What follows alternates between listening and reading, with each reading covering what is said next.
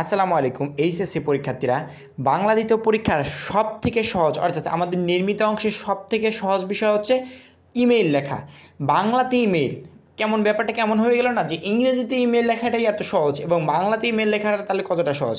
এবং এই সহজের থেকেও আমি তোমাদেরকে সহজ করে দিব এমনভাবে যে যেখান থেকে ইমেল আসুক, আনকমন ইমেল অর্থাৎ ইমেল বাসা থেকে একটাও পড়ে যেতে হবে না, তুমি না পড়ে পরীক্ষার হলে যাবে। এবং ইমেলের যে ফরম্যাটটা আমি তোমাদেরকে শিখিয়ে দিচ্ছি, জাস্ট এই ফরম্যাটটা মনে রাখবে। পরীক্ষার হলে যেই ইমেইলে আসুক ইজি প্রসেসে ইজিলিভাবে লিখতে পারবে। শুধুমাত্র এই ভিডিওটা 2 মিনিট বা 3 মিনিট সময় নষ্ট করে একটু দেখো।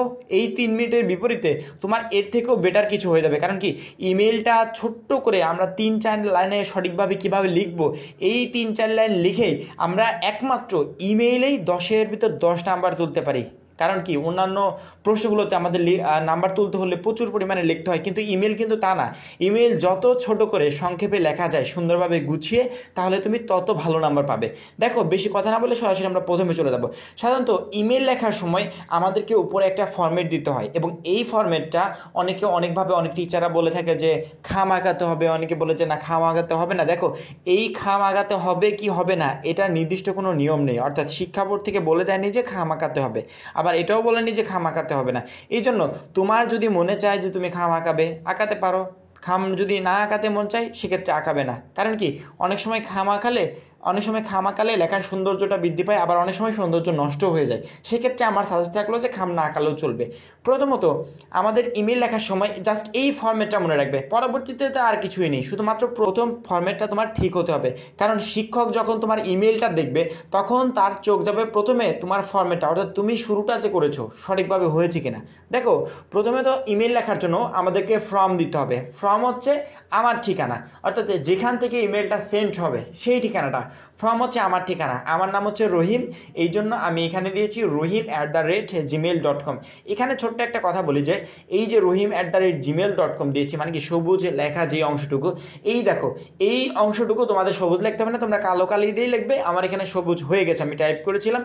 এই যে অংশটুকু আমি যে ঠিকানাটা লিখেছি, এই ঠিকানার মাঝখানে দেখবে রহিমের দেওয়ার পর আমি কোনো স্পেস দিইনি, দেওয়ার পরে কোনো স্পেস দিইনি। অর্থাৎ ইমেল অ্যাড্রেস লেখার সময় কোনো এ ধরনের স্পেস হয় না, স্পেসবিহীন। অর্থাৎ তুমি যদি রহিম দিয়ে দিয়ে স্পেস দিয়ে gmail.com স্পেস দিয়ে এরকম করে যদি লেখো, সেক্ষেত্রে তোমার ইমেলটা সম্পূর্ণ ভুল হবে।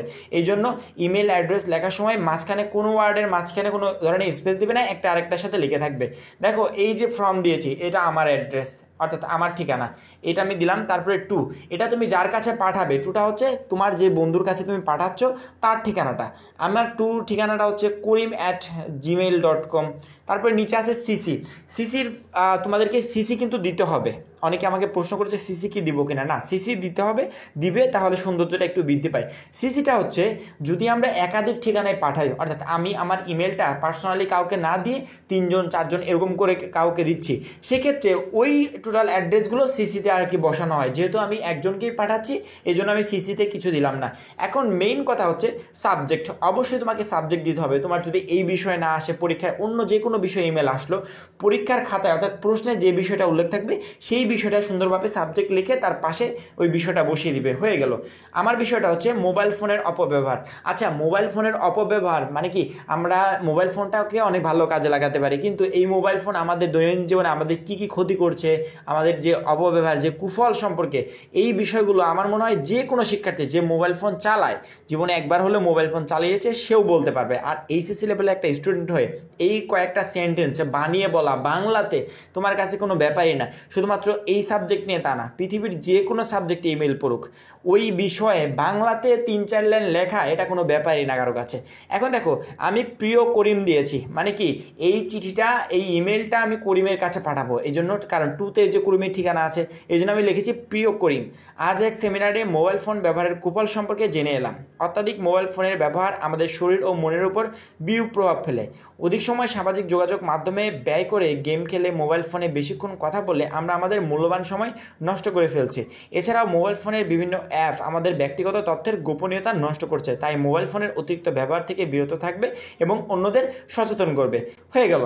অর্থাৎ 3 থেকে 4 লাইন আমি যেটা লিখেছি এটাই যে তোমাদেরকে লিখতে হবে এমনটা না।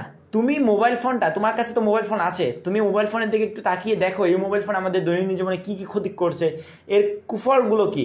এই বিষয়ে 3 থেকে 4 লাইন লেখা কারো কাছে কোনো ব্যাপারই না, শুধু এই সাবজেক্ট না, যে কোনো সাবজেক্ট আসুক সেই বিষয়ে 3 থেকে 4 লাইন লেখা কারো কাছে কোনো ব্যাপারই না। সুন্দরভাবে 3 থেকে 4 লাইন গুছিয়ে দিয়ে দেবে, লাস্টে লিখে দেবে ইতি রহিম, অর্থাৎ তুমি রহিম এই জন্য দিয়েছো ইতি রহিম, হয়ে গেল। আর কিছু লিখতে হবে না, আদার্স কিছুই নেই, জাস্ট একটা মাত্রই উপায়, সহজ ইমেল যদি 3-4 লাইন গুছিয়ে লেখা যায় সেক্ষেত্রে পুরো নাম্বার তোলা যায়। এই জন্য শিক্ষার্থীদের পরীক্ষার হলে বেস্ট পছন্দের জিনিস হবে ইমেল, যে ইমেল সবাই লিখবে। অবশ্যই বুঝতে পেরেছো, এখন যে কোনো ইমেল আসুক পরীক্ষার হলে সহজেই তোমরা লিখতে পারবে। পরবর্তী ভিডিওর জন্য চ্যানেলটা সাবস্ক্রাইব করে রাখবে। সবাই ভালো থাকবে, সুস্থ থাকবে, খোদা হাফেজ।